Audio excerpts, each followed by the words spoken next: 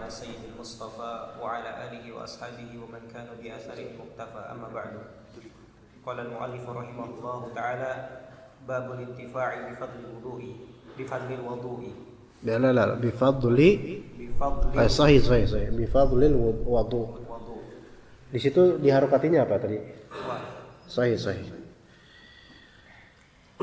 أخبرنا أبو داود سليمان بن سيف قال حدثنا أبو عتاب قال حدثنا شعبة عن أبي إسحاق عن أبي حية قال رأيت عليا رضي الله عنه توضأ ثلاثا ثم قام فشرب فضل وضوئه وقال صنع رسول الله صلى الله عليه وسلم كما صنع. بسم الله الرحمن الرحيم الحمد لله والصلاة والسلام على رسول الله وعلى آله وصحبه ومن والاه أما بعد.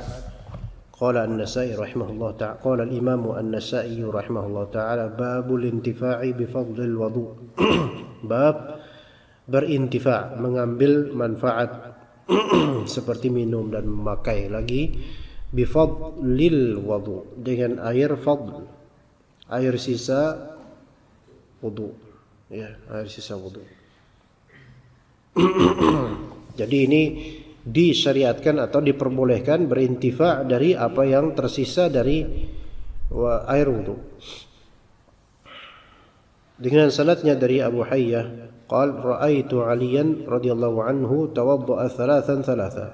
Saya melihat Ali bin Abi Thalib radhiyallahu anhu, beliau berwudu 3 kali. Ini hadis Ali udah berulang-ulang loh kita bahas ya. Thumma qama fashariba fadla wudu'ihi. Kemudian beliau berdiri fashariba fadla wudu'ihi, dan minum. Yang diminum apa? Air sisa wudunya. Type fadl di sini apa? Musta'mal atau bukan? Nah, antum bedakan fadl dengan musta'mal. Fadl, musta'mal. Musta'mal itu qad istu'mila, fadl itu ma baqiya, beda lah. Iya. Zaman itu kan enggak ada keran kayak sekarang. Adanya timba, ember, wadah, bejana, ina, dan seterusnya. Nah, ketika orang berwudu, ma yatabaqqa minal ma' itu disebut fadl atau ma baqiya minal ma'. Tapi apa yang tercecer di lantai di tanah itu adalah musta'mal. Nah, itu bedanya, dibedakan antara musta'mal dengan fadl. Ya, sebenarnya ya ini juga fadl juga, athar juga, tetapi kalau dimutlakkan dalam hadis fadl al wudu, maka maknanya ma yatabaqqa minal ma', apa yang tersisa dari air. Di sini ada 2 atau 3 permasalahan. Thumma qama, berdiri, fashariba, ya, minum. Kemudian syaribanya fadla wudu'ihi, air sisa dari air wudu. 2 masalah.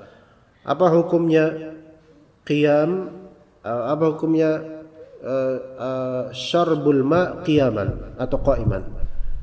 Hukumnya boleh dan bisa menjadi makruh.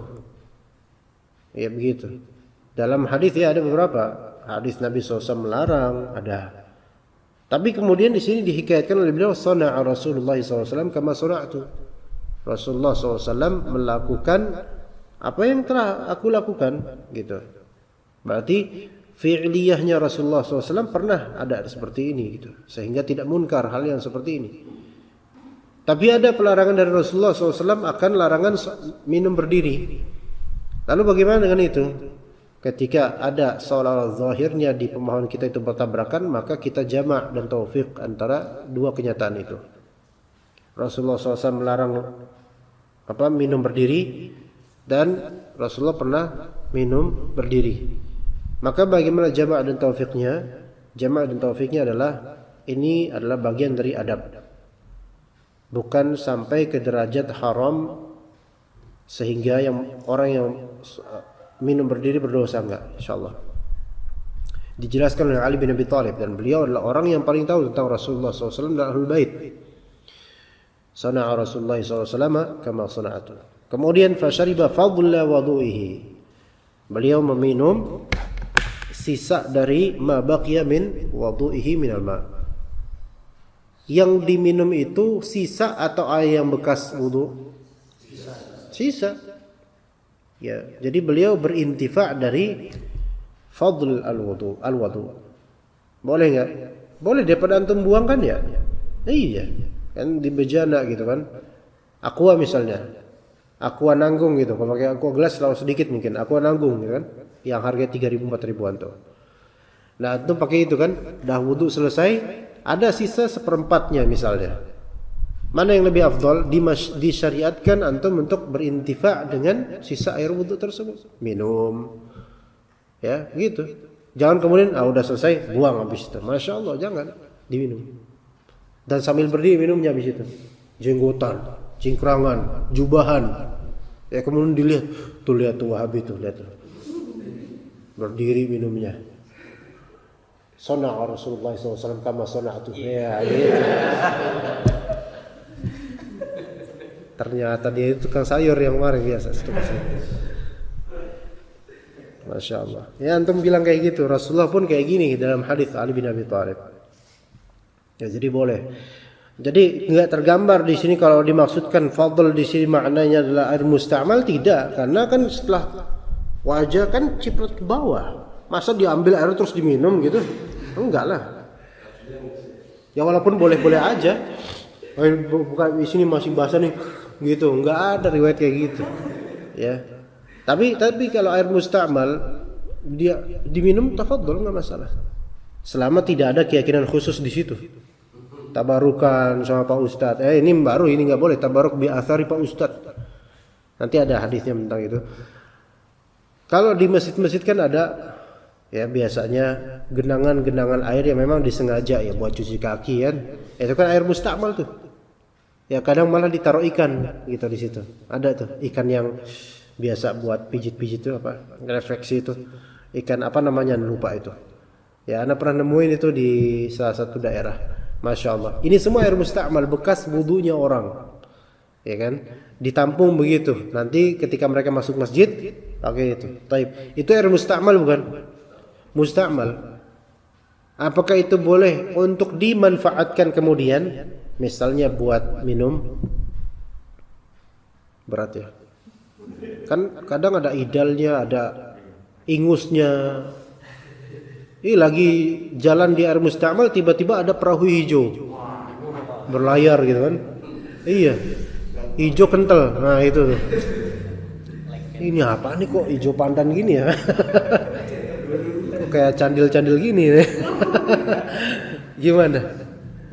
Itu air musta'mal. Kalau menurut mazhab umumnya, mazhab Abu Hanifah, mazhab Imam Ahmad, mazhab Syafi'i, air musta'mal tidak bisa dipakai lagi untuk bersuci apapun. Apa maksudnya bersuci dari hadas nggak bisa, mandi junub nggak bisa begitu. Mandi haid nggak bisa, mandi nifas nggak bisa, wudu nggak bisa, hatta wudu sunnah. Karena ini air ghairu tahur, gitu kan? Tapi menurut mazhab Malik, Imam Malik bilang tetap pada keaslian tahuriyahnya. Dan wallahu alam ana lebih condong ke itu, kecuali kalau memang terkontaminasi dengan zat tahir maupun najis dan berubah dengannya. Terkontaminasi dengan zat najis walaupun tidak berubah dikhawatirkan mutanajis. Kalau terkontaminasi dengan zat yang tahir dan berubah warnanya atau rasanya atau baunya, maka dia nggak bisa baru itu. Seperti contoh kalau misalnya di genangan air yang musta'mal tersebut ternyata ada tadi perahu ingus itu yang kental itu, dan ternyata itu telah meracuni seluruh dari air menjadi hijau. Nah, ya, maka ini menjadi musta'mal yang tahir. Tahir enggak? Cincau ingus tahir enggak, Ikhwan? Hah? Nanti antum makan cendol atau cincau, ya? Pas diinin, kok teringat kajian ya? Ya teringat gitu Pak. Kok enak-enak gini-gini, kenyal-kenyal gimana gitu. Antum tanya ke pedagangnya, Pak, saya mau nanya nih, jujur jawab, ini air musta'mal atau bukan? Kan nggak nyambung. Ya begitu, jadi boleh berdiri minum berdiri, dan boleh juga meminum bekas dari atau sisa dari air wudu. Dan itu hal yang masyru', atau hal yang masyru' di sini maksudnya dibolehkan, tidak ada masalah. Tapi istamir, lanjut. قال المؤلف رحمه الله أخبرنا محمد بن منصور عن سفيان قال حدثنا مالك ابن مغوال عن عون بن أبي جحيفة عن أبيه قال شهدت النبي صلى الله عليه وسلم بالبطحاء وأخرج بلال فضل وضوئه فابتدره الناس فنلت منه شيئا وركزت له La. Oh, tapi bisa juga warakaztu lahu al-anazatah gitu. Di situ seperti itu. Baik. Terus وركزت له العنزة فصلى بالناس والحمر والكلاب والمرأة يمرون بين يديه. طيب أحسنت. قال أخبرنا محمد طيب dengan sanadnya dari Abu Juhaifah berkata beliau syahidun Nabi sallallahu alaihi wasallam bil Batha. Saya menyaksikan melihat Rasulullah SAW di Al-Batha. Al-Batha itu mawdi'un ma'rufun min babi Makkah. Satu tempat yang semacam lembah yang ma'ruf yang ada di gerbang Makkah atau jalan menuju Makkah. Itu namanya Batha atau disebut juga dengan Abtah. Ya. Di situ Nabi SAW wa akhraja Bilalun fadla wudu'ihi. Kemudian Bilal radhiyallahu anhu mengeluarkan atau menyuguhkan ke orang-orang fadl wudu'nya Nabi SAW. Apa tadi fadl wudu'nya berarti? Sisa dari air wudu'nya Rasulullah SAW. Ya, sisanya air wudu Rasulullah SAW. Bukan bekas. Karena kalau bekas sudah terhujam di tanah gitu loh. Sisanya wudunya Rasulullah SAW. Ya, fabtadarahun nasu faniltu minhu syai'ah. Maka orang-orang kemudian bermubadarah. Ibtidar. Apa mubadarah itu? Berlomba-lomba, berebutan, benar. Faniltu minhu syai'ah, kata Abu Juhaifah, aku dapat sedikit dari itu. Ya. Nah. Tapi di sini ikhwan, kita lihat fadla wudu'ihi. Sebagaimana tadi Anda bilang kan, yang disebut kalau fadlul wudu itu ada dua ihtimal. Imma maknanya ma yabqa minal wudu min ma'il wudu. Imma maknanya adalah mastu'mila minal wudu. Fadl. Bahasa fadl ini, fadl. Imma artinya sisa, imma artinya bekas. Itu tadi udah Anda bilang di awal. Fadl imma artinya sisa, imma artinya bekas. Iya, fadl wudu. Fadl imma artinya kelebihan dari air atau atharnya atau bekasnya, bekas dipakai. Nah, di hadis yang sebelumnya, hadis Ali bin Abi Thalib, itu beda konteks. Hadis Bilal di sini, hadis Abu Juhaifah ini beda lagi konteksnya. Oke. Di sini wa akhraja, kembali ke yang tadi, wa akhraja Bilal fadla wudu'ihi. Ada dua kemungkinan. Imma artinya sisa, imma artinya bekas. Ya. Nanti akan kita ketahui apakah itu sisa ataupun itu bekas dari hadis berikutnya insyaallah. Coba dibaca dulu hadis berikutnya. قال المؤلف رحمه الله أخبرنا محمد بن منصور عن سفيان قال سمعت ابن المنكدر يقول سمعت جابرا يقول مرضت فأتاني رسول الله صلى الله عليه وسلم وأبو بكر يعوداني فوجداني قد أغمي علي فتوضأ رسول الله صلى الله عليه وسلم فصب علي وضوءه. Di hadis tersebut fatawadda Rasulullah SAW, Rasulullah SAW berwudu, fasabba alayya wudu'ahu, kemudian beliau membasuhkan ke saya. Wudu'ahu di sini apa? Sisa atau bekasnya beliau? Sisa. Bisa juga bekasnya beliau. Tabaruk dari memberkati dengan air yang sudah kena kulit beliau. Karena air yang sudah kena kulit gitu, kemudian beliau itu udah menjadi mustakmal bagi banyak ulama ya disebutnya. Tapi kita kembali ke hadis ini dulu. Wa akhraja Bilal fadla wudu'ihi, ini ada dua ihtimal. Imma emang dia sisa, imma dia memang bekas langsung yang ditampung oleh Bilal. Mana yang lebih magnificent? Magnificent yang lebih mulia. Bekas kan? Fabtadarahun nasu. Orang-orang beribtidar, berebutan. Orang biasanya berebutan dengan sisa atau bekasnya Nabi SAW. Apa yang bekas? Apa yang menjadi bekasnya Nabi? Karena air itu biasa. Tapi ketika sudah dipakai oleh Nabi SAW, dia menjadi berkaromah, berkah. Karena Nabi SAW secara zat beliau SAW berkah. Secara zat. Ya. Inilah bedanya Nabi SAW dengan selainnya. Sahabat tidak satupun secara zat berkah, tidak satupun. Tapi Nabi SAW secara zat dan mungkin para Nabi lainnya, semuanya para Nabi Rasul secara zat berkah. Ya begitu. Itu sampai pembahasan ini, dan ini khususiyatul anbiya. Bukan khususiyatul aulia, karena para wali dari selain Nabi itu enggak berkah secara zat. Min khususiyatil anbiya dan mursalin, yaitu mereka Allah alam secara zat berkah. Gitu ya. Maka diperbolehkan dan masyru' bertabaruk dengan zat mereka dan bekas dari zat mereka. Sampai Imam Rafi'i dalam Fathul Aziz, ya. Masih ingat enggak? Ama Imam Nawawi dalam Rawdatul Talibin kan mentalkhis Fathul Aziz, kemudian disyarah oleh ditambahkan ziyadat oleh Imam Nawawi dalam Rawdatul Talibin. Ada pembahasan tentang fadalat an-Nabi SAW. Maaf ya, tinjanya Nabi SAW, kotorannya Nabi SAW. Apakah itu tahir atau najis? Itu dibahas oleh para ulama loh.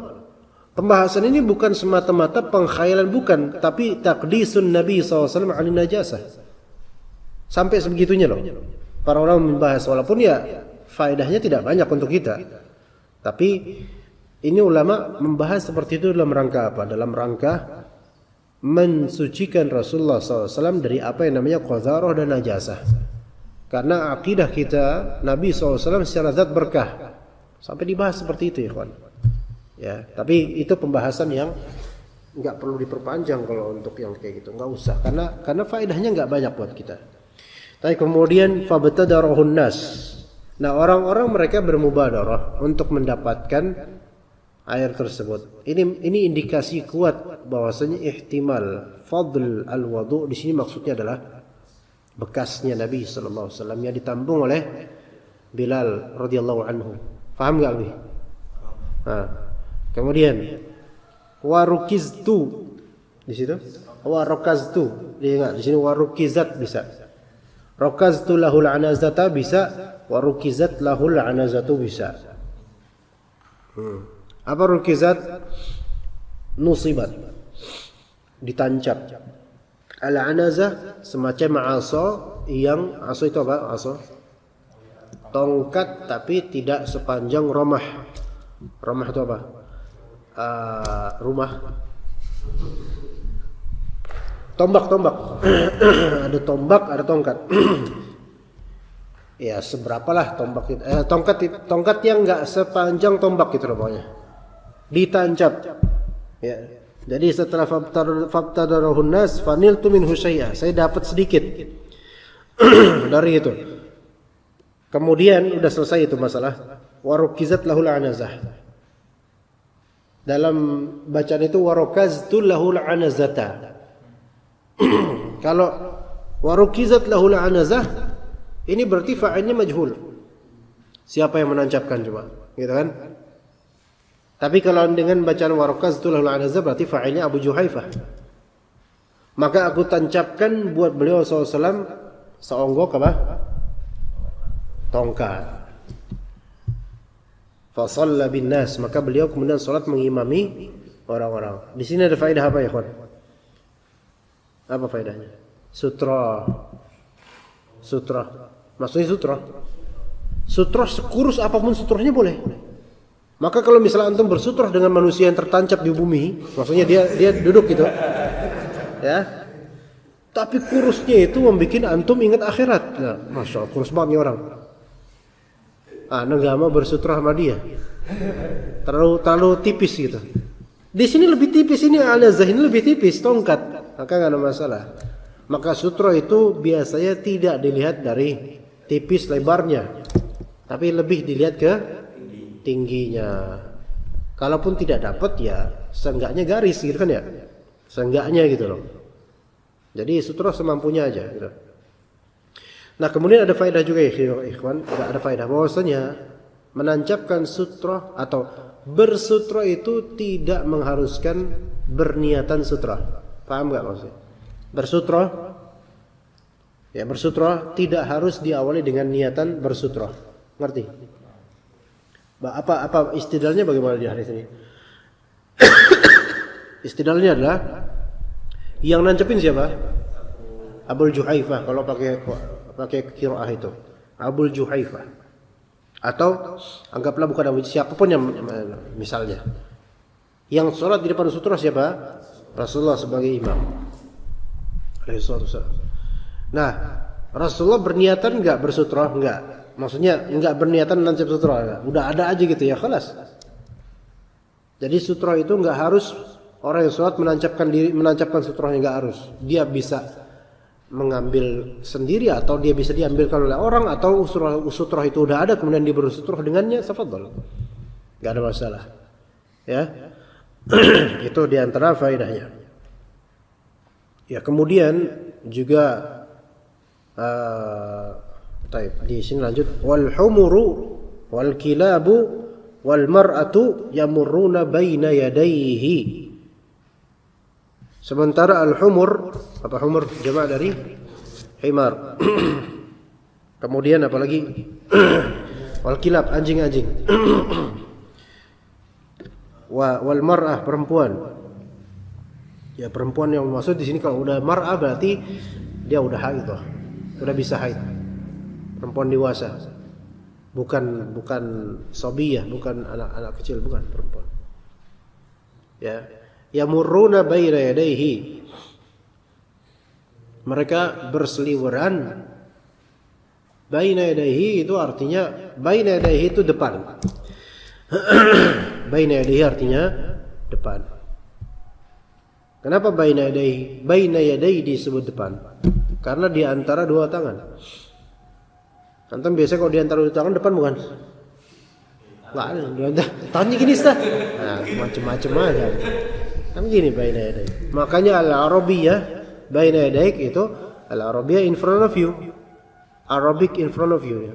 Bahasa di masa depanmu gitu loh. Itu Arabiyyah baina yadayk. Filosofinya maknanya seperti baina yadayk. Antum jangan terjemahan bahasa Arab di antara kedua tanganmu. Ini orang terlalu polos ya. Ya. Terlalu polos ya. Ini belum masuk partai aja udah sepolos ini gitu kan. Baik. Ya baina yadayhi berarti berseliweran di depannya. Baik. Sekarang baina yadayhi ini muskilahnya apa? Yadayhi dhamirhi di sini kembali ke siapa? Kembali ke apa atau ke siapa? Rasulullah atau kepada tongkat anazah tersebut? Rasulullah. Karena kalau anazah kan muannats. Baina yadayhi mudzakkar, Rasulullah SAW. Muskilah kedua. Tafsiran baina yadayhi ini kan di depan. Sementara di depan ini masih mujmal. Apakah di depan ini berarti di antara Rasulullah dengan anazah, atau di depan secara mutlak, yaitu ya penting di depan. Baik di depan di antara anazah dengan Rasulullah, atau di belakang anazah, atau gimana? Atau yang C ketiga, bahwa saya maksud baina yadayhi adalah di belakang anazah. Itu yang menjadi muskilah. Paham enggak sih maksudnya? Kan di sini baina yadayhi Rasulullah, baina yadayhi Rasulullah. Bahwasanya anjing-anjing, perempuan sama keledai-keledai yang berpotensi membatalkan salat kalau lewat di depan kita. Sekarang udah ada sutra. Kemudian dikaitkan itu semua berseliweran di depan Rasulullah SAW.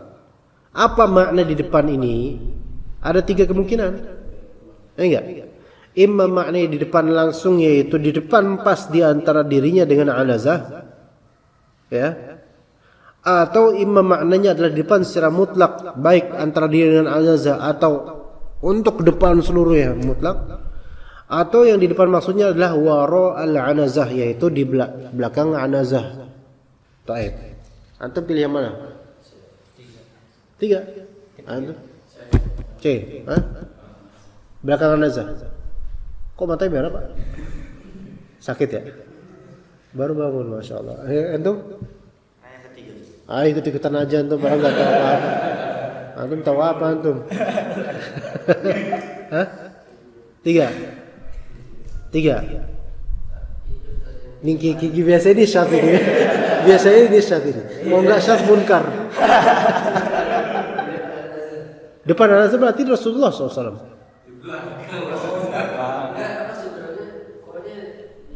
Itu yang disebut mereka di orang al-nazar. Sebenarnya dia ini pengen jadi syad atau munkar, cuman karena udah kegap duluan jadi udah kegap duluan. Dalam riwayat Bukhari. Jadi kita itu tafsir antum sahih. Cuman tentu kita cari dulu hadisnya apakah ada lafal-lafal yang menguatkan. Kata dalam riwayat Bukhari, wal mar'atu wal himaru yamurruna min waraiha.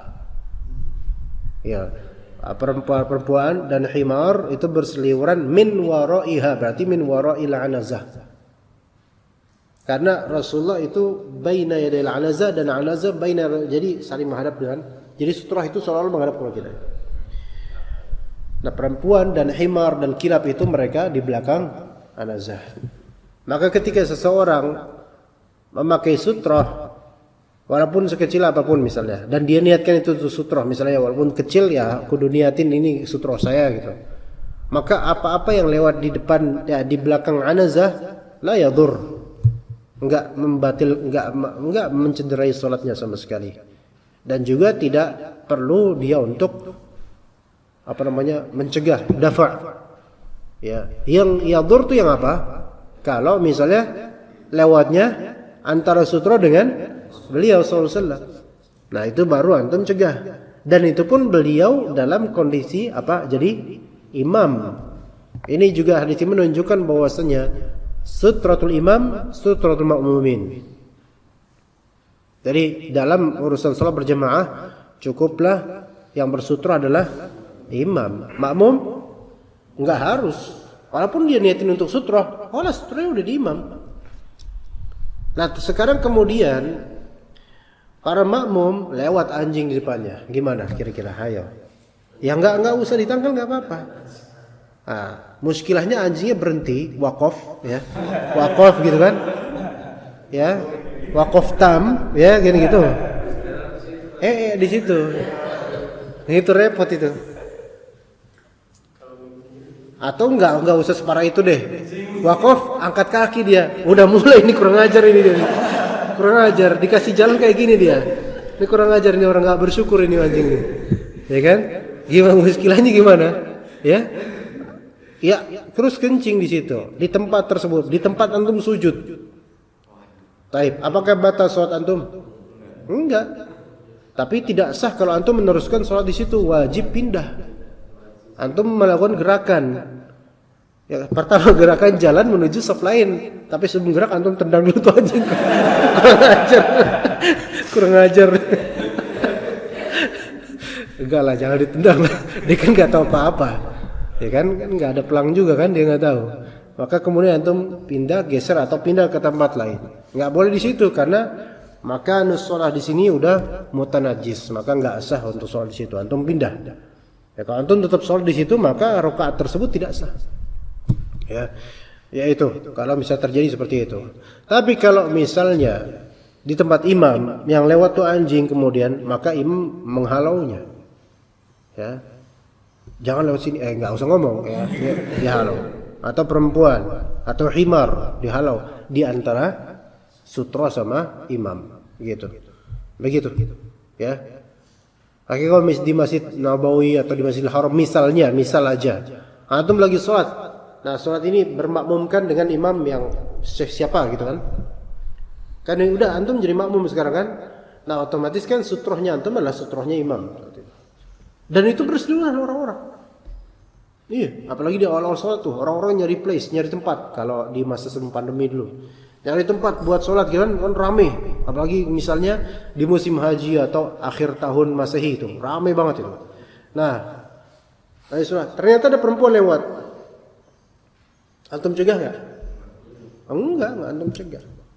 Pertama sesuai dengan hadis ini. Kemudian kedua itu tempat yang crowded, jadi nggak masalah dengan itu diberi uzur, nggak masalah. Ya perempuan. Dan nggak ada anjing lewat situ, nggak ada anjing, nggak ada. Insya Allah nggak ada. Ada anjing loh tuh. Satpam. Gimana? Nggak ada sama tentara ya, tentara Masjidil Haram. Ada keledai nggak ada keledai di sini. Masih masuk masjid itu nggak ada di sana. Kucing iya, kucing ada. Terutama di Masjidil Haram banyak kucing tuh, masya Allah. Ajibnya anda melihat di Masjidil Haram itu, di Masjidil Haram ya, itu belalangnya banyak ya kan. Ya, masuk masjid belalang. Padahal nggak ada pohon loh di sekitarnya. Hotel-hotel, store-store ada ya. Semoga Allah mudahkan anak antum. Insya Allah kita umrah insya Allah kapan-kapan. Umrah bareng ya, insya Allah. Dananya dari Alwi insya Allah. Hah? Insya Allah tasyakuran ya tasyakuran. Ya, insya Allah anak antum insya Allah kapan-kapan insya Allah ke Makkah ke Madinah untuk umrah ataupun untuk haji insya Allah taala. Ya begitu, jadi yamuruna min wara'il anazah itu dalam riwayat Bukhari. Kemudian dalam hadis berikutnya, hadis Jabir bin Abdullah radhiyallahu anhuma maritu. Jadi Jabir ketika itu lagi sakit, fa'atani Rasulullah sallallahu alaihi wasallam wa Abu Bakr ya'udani. Maka Abu Bakar Rasulullah SAW dan Abu Bakar keduanya apa? Bahasa kita apa? Nyelayat. Ngunjungin ya. Nyelayat untuk orang mati ya. Besok jenguk ya. Fawajadani qad ughmi alayya. Maka beliau berdua menemukan saya sedang apa ya? Semaput, pingsan. Fatawadda'a Rasulullah sallallahu alaihi wasallam fasabba alayya wudu'ahu. Rasulullah sallallahu alaihi wasallam berwudu dan meneteskan ke saya atau mewudukan untuk saya wudunya beliau, air wudunya beliau. Di sini zahirnya maksud dari wudu di sini adalah air musta'malnya beliau yang sedang beliau pakai wudu. Iya, karena disitulah tabaruknya, disitulah berkahnya gitu loh. Karena sebelum beliau atau sisa air beliau begitu saja air biasa. Tapi kalau misalnya sudah bekas beliau maka ini beda lagi nilainya. Maka kata Imam As-Sindi rahimahullah syarah terhadap hadis ini, al-zahir min hadzal hadits annahu al-ma'ul musta'mal. Bahwasanya dia ada air musta'mal. Wa hadza yadullu ala annahu tahur, dan ini menunjukkan bahwasanya air musta'mal itu suci, menyucikan. Ini banyak dari ahlul hadis itu menyatakan air musta'mal itu suci, menyucikan. Walaupun fuqaha jumhurnya mengatakan tidak suci, dia tahir ghairu mutahhir. Maka dalam mazhab Syafi'i kalau antum lihat di matan Nabi Suja di kitab-kitab lain dari fikih Syafi'i ada 4 klasifikasi air ya. Ada tahur enggak ada tahur ya. Ada kemudian ada apa? Enggak Pak. Enggak gitu klasifikasinya. Ada tahur tapi apa? Suci menyucikan. Kemudian suci tidak menyucikan. Air musta'mal itu masuk klasifikasi tahur. Enggak, dia ada tahur boleh untuk jelas kalau tahur ya boleh untuk digunakan. Dan juga ada kalau musta'mal masuknya dia apa?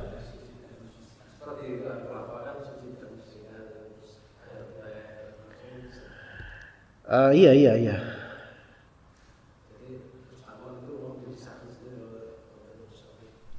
Tahir, ghairu mutahhir, dan juga ada seingat ana kalau misalnya tahur itu ada 2. Ada tahur yajuzu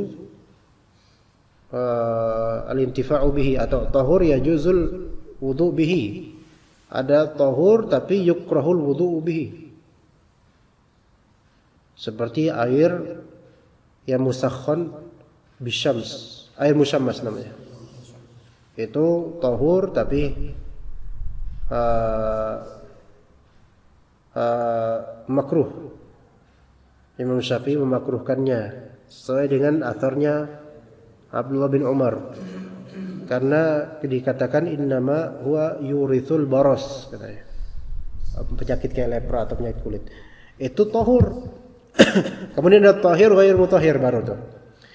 Nah, tahir ghair mutahhir ini ada air musta'mal, ada air mutatahhir, air tahir yang tercampur dengan zat tahir dan terpengaruhannya. Baru kemudian yang keempat air najis, dan itu pun dibagi juga nanti. Ada mutanajis dan ada najis zati. Taib ala kulli hal. Tapi ana pribadi lebih condong ke taharah atau tahuriyah ma'ul musta'mal. Dengan dalil-dalil ini kalau kita tafsirkan ini sebagai ma' musta'mal. Begitu, wallahu a'lam. Tapi itu khilafiyah di antara ulama. Fadhal, antum mau yang mana? Tafadhal, yang mana yang lebih antum lebih dekat ke kebenaran, maka itulah yang lebih tepat insyaallah. Taib 139. Fadhal. Qala al-mu'allif rahimahullah babu fardhi wudu'i. Akhbarana Qutaibah qala hadatsana Abu Awanah an Qatadah an Abi Malih an abihi qala qala Rasulullah sallallahu alaihi wasallam la yaqbalu Allahu salatan bi ghairi quburin wala sadaqatan min ghulurin. Baik, dengan sanadnya dari bapaknya Abu Malih yaitu Umair. Ya. Yaitu Umair. Berkata Rasulullah SAW, la yaqbalu Allahu salatan bi ghairi tuhur. Allah Ta'ala tidak menerima suatu salat tanpa bersuci. Yaitu ketika seorang tersebut berhadas, maka dia wajib bersuci. Adapun kalau orang tersebut tahir, tidak berhadas, maka tidak dilazimkan atasnya bersuci. Boleh, ya. Baik salat sunnah ataupun salat wajib. Maka ketika antum tahu diri antum dalam keadaan tidak boleh salat karena tidak tahir, maka jangan salat dulu, harus bersuci dulu. Adapun sengaja, ya, sengaja antum tahu antum tidak tahir, sengaja dan antum enggak ada uzur untuk tidak bersuci, antum tetap ikutan salat, maka ini bisa masuk ke bab istihza loh. Menghinakan, meremehkan agama, menghinakan agama, bisa. Tidak begitu. Atau minimal bisa menjadi ibtida' fid din.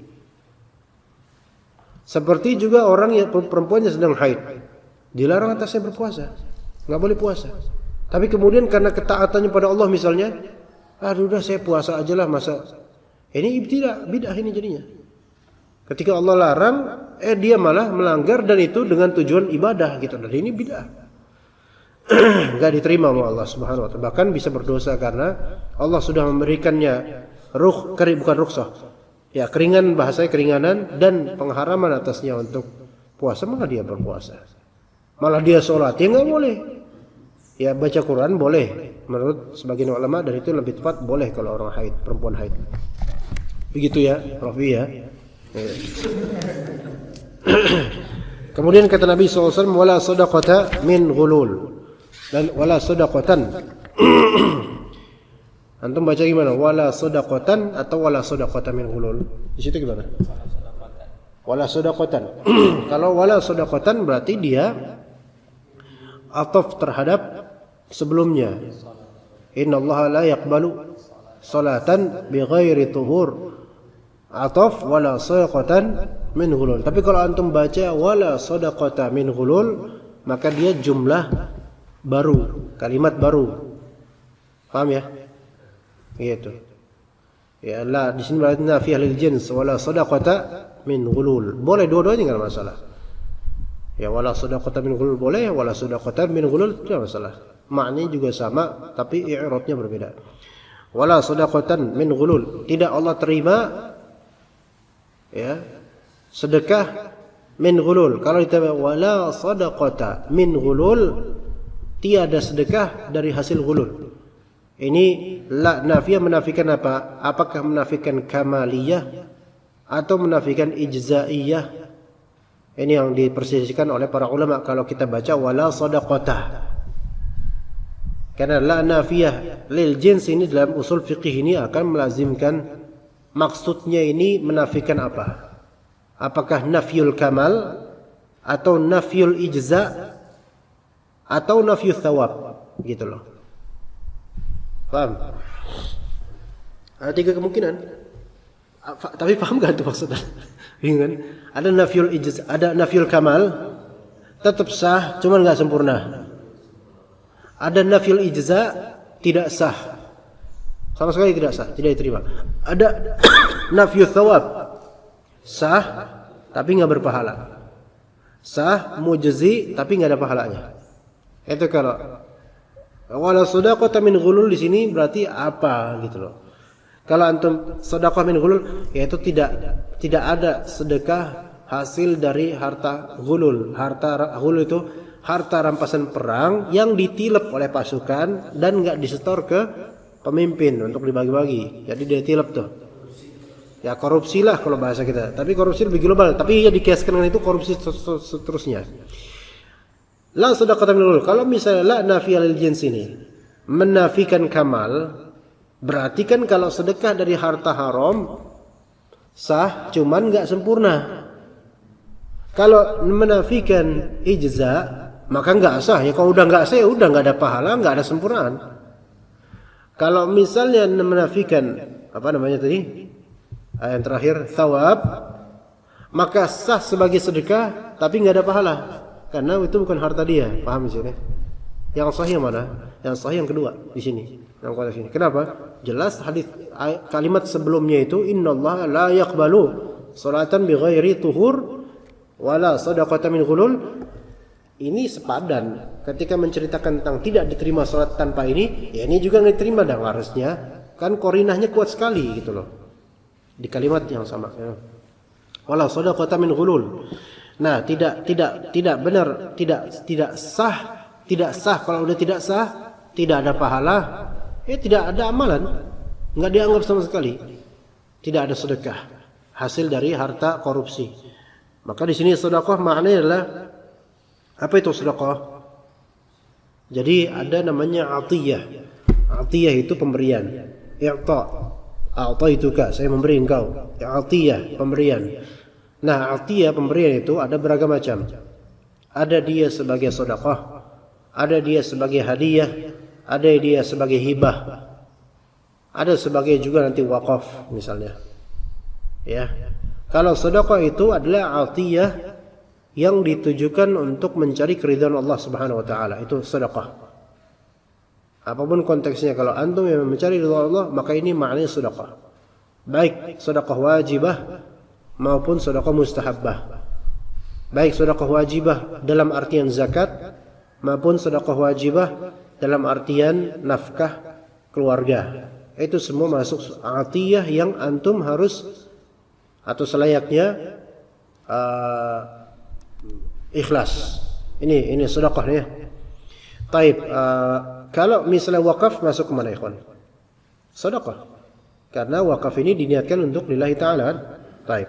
Kemudian bagaimana dengan hadiah? Hadiah ini atiyah yang ditujukan untuk membuat yang diberi itu ridha atau senang, menyenangkan yang diberi, itu hadiah. Ya enggak? Makanya biasanya hadiah itu valuable, berarti gitu, ada nilainya gitu. Kayak misalnya menghadiahkan Rafi'i seorang perempuan, Anda hadiahkan ke Anda. Antum ridho enggak kira-kira?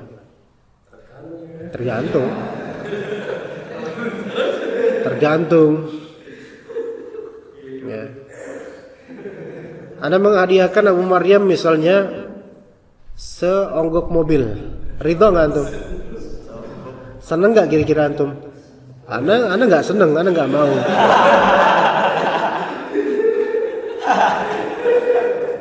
Ya. Tapi ini masuknya hadiah. Hadiah dari segi apa? Dari segi supaya dia senang. Tapi kalau dari segi Anda mencari ridha Allah dengan itu, maka ini masuk juga sedekah. Adapun hibah, Hibah itu adalah pemberian yang antum tidak memaksudkan apa-apa dengannya, maka ini hibah. Ya. Kayak misalnya Anda punya sisa pulpen banyak nih, ada 3 pulpen di kantong. Ya. Pilot BPTP, Faster, ya. Satunya boksi, ya kan. Yang boksi bocor. Ini buat antum. Gitu. Ini hadiah atau hibah? Hibah. Kalau ibu hadiah dia nggak bakal seneng karena udah bocor. Ini hibah ini. Ini hibah namanya. Ya, hibah itu bedanya seperti itu ya, kawan. Tapi kalau misalnya hibah, antum maksudkan dengannya walaupun itu hal yang kecil, pulpen Faster. Nih buat antum, betul. Antum nggak maksudkan untuk menyenangkan diri, tapi ya bismillah lah, mudah-mudahan di jalan Allah lah gitu. Antum ada niatan ibadah situ, maka ini masuk hibah sekaligus sedekah juga insyaallah gitu. Ya, jadi sedekah apa-apa yang memang antum menginginkan raja Allah darinya, maka itu sedekah. Maka di sini tidak sah sebagai sedekah setiap harta yang diambil tanpa hak atau didapat tanpa hak kemudian disedekahkan, enggak diterima oleh Allah Subhanahu wa taala, enggak ada pahala. Contoh termasuk contoh di antara contoh tanzil atau takhrij dari hadis ini adalah takhrij maknawi dari hadis ini adalah seorang perempuan istri bersedekah dengan harta suaminya tanpa izin suami. Dan harta tersebut yang disedekahkan bukan harta yang kecil. Yang secara uruf itu bukan harta yang kecil, melainkan harus izin. Maka tidak sah sedekah tersebut. Misalnya seorang istri mendapatkan di media sosial donasi untuk Ustadz Fulan karena terkena musibah misalnya. Maka istri kemudian dia akan megang rekening dan m-banking suaminya juga. Harta suami itu. Kemudian dia donasi 100.000. Tapi 100.000 itu termasuk kecil atau besar? Ya lumayan lah ya. Lumayan itu. Maka itu tidak sah secara sedekah. Dan dia harus mengembalikan uang itu ke hak suaminya. Begitu. Gak boleh. Kecuali kalau secara uruf harta tersebut kecil. Misalnya ada pengamen. Enggak, pengamen jangan. Ada orang miskin. Dia gak minta-minta. Tapi cuma gini doang. Enggak. Ummahat ini kesian setelah pulang dari pasar, dia kesian lihat orang miskin ini, kelihatan sekali miskin, dia enggak minta-minta. Atau jangan gitu deh. Istri ini beli es doger buat keluarganya. Es doger. Ya. Nah, es doger ini harganya berapa es doger sekarang? 5.000 kan? 5.000. 5.000 ya. Beli berapa, Bu? Beli 3 ya. Ya udah, pakai uang suami kan ini, nafkah suami kan? Ah, nafkah bulan suami. Nah, kemudian dah beli ternyata 20.000 uangnya. Kembali 5.000. Waduh, Bu, enggak ada nih Bu 5.000-nya nih kembaliannya. Saya tambahin 1 ya Bu ya, 1 lagi ya Bu. Oh, enggak usah buat Mas aja 5.000. Oh, beneran nih Bu? Beneran lah. Beneran Bu nih, hakikat urfiyah atau lugawiyah atau syar'i? Tambah lagi tukang es doger nih kan. Iya.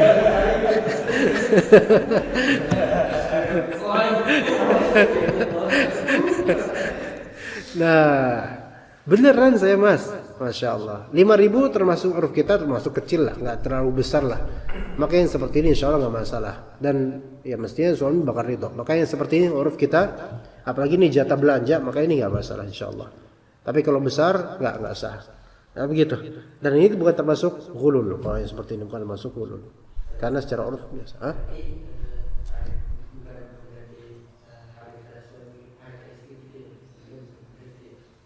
Enggak, ketika suami menitipkan ini untuk belanja keluarga, maka ini kembali masih di harta suami. Tapi ketika suami bilang bahwa ini buat kamu dengan lafal itu, nampak nas ini buat kamu, maka milki istri. Begitu. Uang belanja keluarga kan memang tanggung jawabnya suami. Adapun kalau udah diserah ini buat kamu nih 5 juta misalnya. Udah bukan punya keluarga, kalau 5 juta udah bukan punya siapa-siapa kecuali istri. Milknya istri. Begitu. Begitu juga dengan sedekahnya budak tanpa izin sayyidnya. Sedekahnya wakil, harusnya kemarin kita di Matan Abu Suja nih kita bahas wakalah loh. Cuman gara-gara ada satu orang mau nganterin emaknya kita nggak jadi aja. Nggak ada karena kemarin bukan nggak enak badan. Karena makanya baru dibuka memaikin karena ada masalah. Sedekahnya wakil terhadap harta muwakil. Nggak boleh. Ana kasih contoh, wakil itu banyak, wakil perwakilan harta itu atau perdagangan itu banyak gambarannya. Banyak gambarannya. Contoh, misalnya konsinyasi, perdagangan konsinyasi. Ana jual parfum misalnya, ya. Abu Maryam bilang, "Ustaz, ana pengen jualin dong, Ustaz. Tapi ana jualinnya offline, bisa nggak pakai sistem konsinyasi?" Artinya, ana ambil beberapa barang antum, kemudian nanti ana jualin di sekolahan misalnya. Oke? Kemudian Pak Abu Maryam ini, Syekh Abu Maryam ini kemudian di sekolahan ngelihat ada salah satu wali murid yang cantik misalnya. "Nih Bu, ada parfum bagus nih Bu," gitu, dikasih. Sedekah.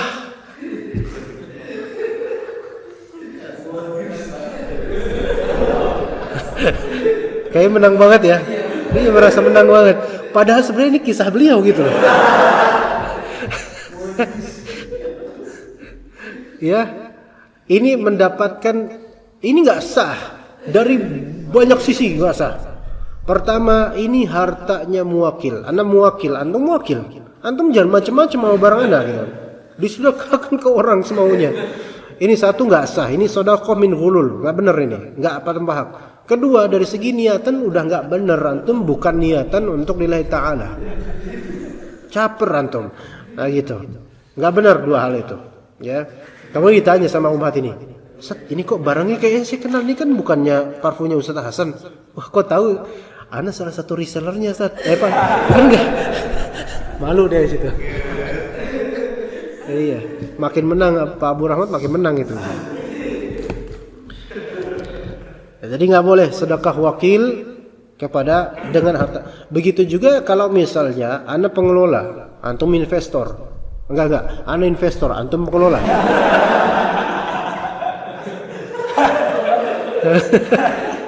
Ada investor. Ya, antum dagang sorabi, ana investasi. Ana investasi berarti kan ana investasi 20 juta. Ya, antum itu apa dari pikulannya sampai piring-piringnya, bahan-bahannya itu semua pada hakikatnya harta siapa? Harta ana, harta investor. Ana mewakil di sini, antum perwakilan. Nah, antum kemudian kan mengelola, Pak Syekh Abu Maryam, antum mengelola. Kemudian ya itu antum menyedekahin surabi ke orang-orang. Antum nggak boleh kayak gitu. Tapi ana mau sedekah. Kalau antum main seperti itu, antum sedekah fadhal. Tapi antum harus membayar daf'u al-mithl, samanul mithl. Yaitu antum bayar harga yang sesuai dengan harga jual atau hargalah, tanpa merugikan harta ana. Paham di sini? Surabi misalnya 5 pieces berarti 20.000 misalnya. Ya antum harus bayar di kota antum 20.000-an, pakai duit antum, jangan pakai duit ana juga, sama aja mal. Sama aja. Gitu ya, paham di situ. Besok-besok jangan kayak gitulah antum.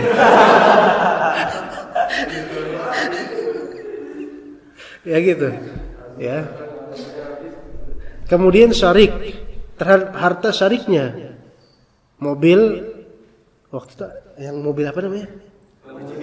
Lamborghini. Ana masih siapa? Ana masih siapa? Ana Rafi ya. Ya kita waktu itu berapa urunan? 15M kan? Itu harta punya kita berdua. Setiap detail dari mobil tersebut milik kita berdua kan? Baik. Kemudian antum sedekahkan pintunya ke orang lain. Ini nggak boleh.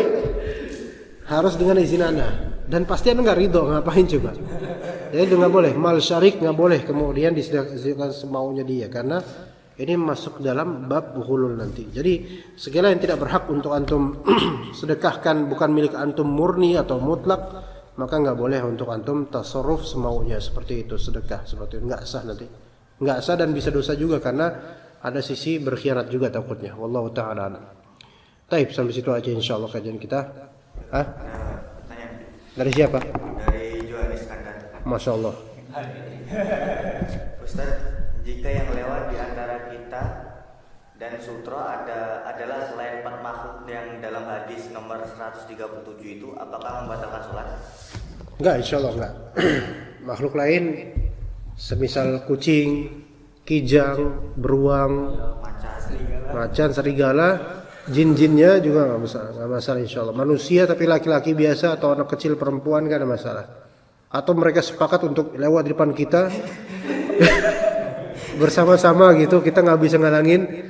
Ya karena kita nggak mampu ya kholas. Ya nggak berpengaruh insya Allah Taala. Cuman yang tadi 3 itu berpengaruh. Tapi disunahkan atau dianjurkan untuk, atau bahkan sebagian ulama mengatakan wajib untuk mendafa'nya, menghalanginya. Bahkan dalam hadis kalau ternyata orang itu ngotot, fal yuqatilhu, maka perangi dia betul-betul sungguh-sungguh.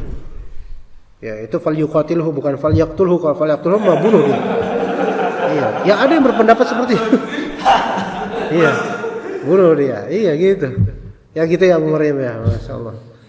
Seperti itu. Enggak di dafa' biasa aja. Begitu.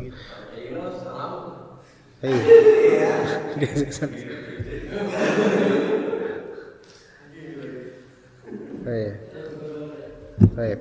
Cukup sampai sini aja insyaallah. Wassallallahu ala nabiyina Muhammad wa ala alihi wa sahbihi ajma'in. Apa? Seperti yang saat itu mengatakan ketika hilang sutra itu kita wajib mencari sutra dengan kias ketika Rasulullah Sallallahu Aisyah pulang waktu itu beliau menggerakkan, maksudnya geser salatnya membuka pintu itu gimana sih? geser sholatnya? Membuka pintu untuk Aisyah. Kenapa emangnya? Kan Aisyah dari luar, maksudnya dia lagi sholat, kemudian Aisyah mengetuk pintu. Terus? Membuka pintu waktu itu saat itu Rasulullah lagi sholat. Dan dengan dalil itu maksudnya ketika sholat sutranya hilang, kita boleh mencari sutra punya langkah-langkah yang ringan lah, namanya satu langkah ke 2 langkah itu gimana sih? Melangkah itu boleh. Tapi kan itu kan tujuannya untuk hajat, membukakan. Gak ada masalah. Tapi untuk istidlal, untuk bahwa saya itu sebagai percontohan bolehnya kita mencari sutra di dalam sholat, Rasulullah itu kembali ke tempat semula, bukan demi sutra, tapi kembali ke tempat awal beliau sholat. Lebih tepatnya manatnya di situ, bukan manatnya mencari sutra. Maksudnya titik apanya, titik alasannya itu ke tempat itu karena disitulah beliau sholat, bukan karena di situ ada sutra. Kalau memang alasannya sutra, maka kenapa nggak dekat pintu aja habis itu? Nggak usah pindah kemana-mana, ya kan ya? Jadi bukan karena mencari sutra. Makanya waktu anak pernah ceritain waktu itu di samping Ustaz Abdul Hakim Abdad, waktu di Libya, hafizahullah, habis sholat zuhur, terus melihat ada ikhwan kita kan sholat di depan sutranya hamba Allah sutranya, ya hamba kayak infak aja hamba Allah gitu. Nah kemudian hamba Allah tersebut pergi gitu kan, maka kan empty kosong, maka dia pun jalan berapa langkah ke depan untuk menggapai sutra berikutnya. Maka setelah selesai sholat dipanggil sama Ustaz lagi, antum ngapain kayak gini? Nggak ada contohnya untuk, maksudnya dalam tengah sholat kemudian antum berusaha mencari sutra, nggak ada contohnya. Dalil khusus tentang itu gitu loh. Wallahu a'lam. Ana setahu ana seperti itu. Dan sepertinya beliau sahih, sepertinya wallahu a'lam. Ana lebih condong ke situ. Begitu.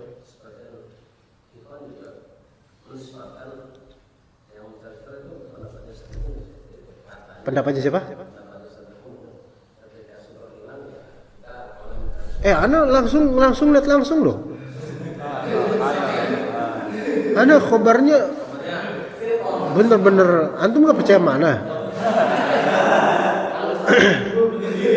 Hah?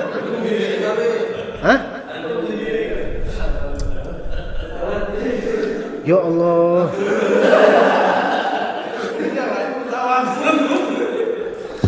Masih digituin anak, antum ngaji tiap hari mana masih digituin anak, Masya Allah. Di samping ada beliau itu. Ya beneran. Hah? Tulab, ikhwan kita.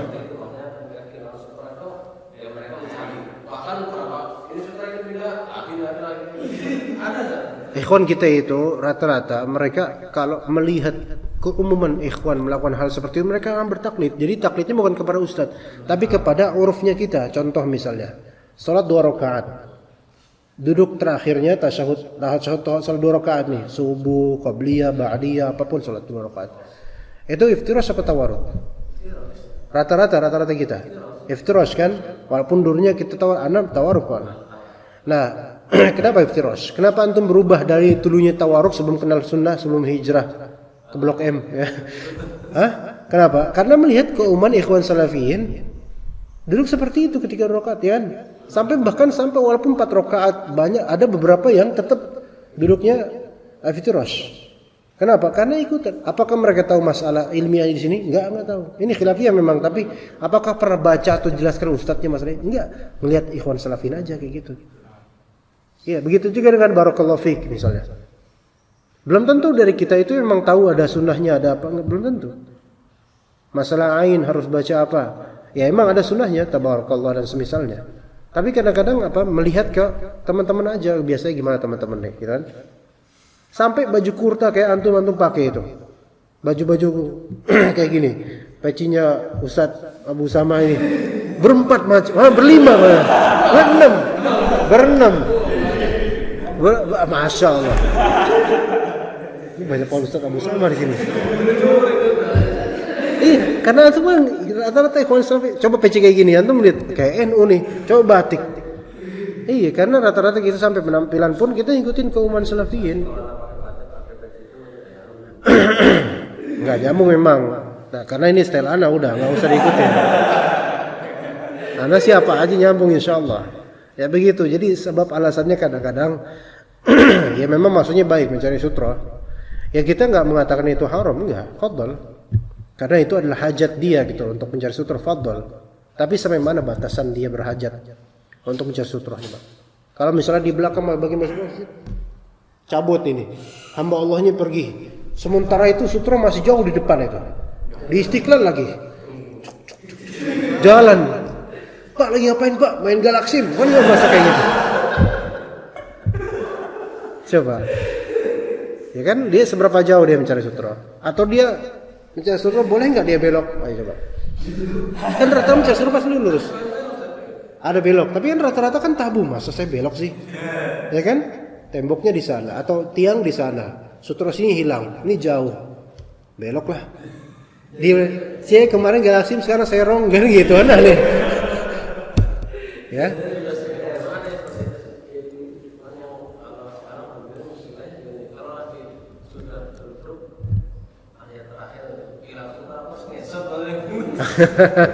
Kalau udah duduk gimana guys? Ya. Apakah harus ngesot gitu kan? Jadi nggak harus, cuman kita nggak mengatakan itu terlarang. Hanya saja ya kalau ada dalil yang khusus bukan sebatas istinbat tadi dengan kiasan seperti itu, tapi itu tidak kena dengan manatnya. Ya kalau misalnya ada dalil, alhamdulillah bagus. Tapi kalau kita belum menemukan ya sebaiknya udah sholat biasa aja. Sampai sebagian ulama ahlu sunnah sendiri, sebagian ulama sampai mengatakan sutra tidak perlu dibuat, sampai apa yang buat sutra itu sampai itu takalluf berlebihan, nggak perlu begitu ya. Ala kulli hal ini ya fadhal, yang mau buat yang enggak pun enggak, tafadhal ya, nggak usah sampai bertengkar, biasa aja lah gitu ya. Wallahu alam, sallallahu ala nabiyina Muhammad wa ala alihi wa sahbihi ajma'in. Subhanakallahumma bihamdika asyhadu an la ilaha illa anta astaghfiruka wa atubu ilaik. Assalamualaikum warahmatullahi wabarakatuh.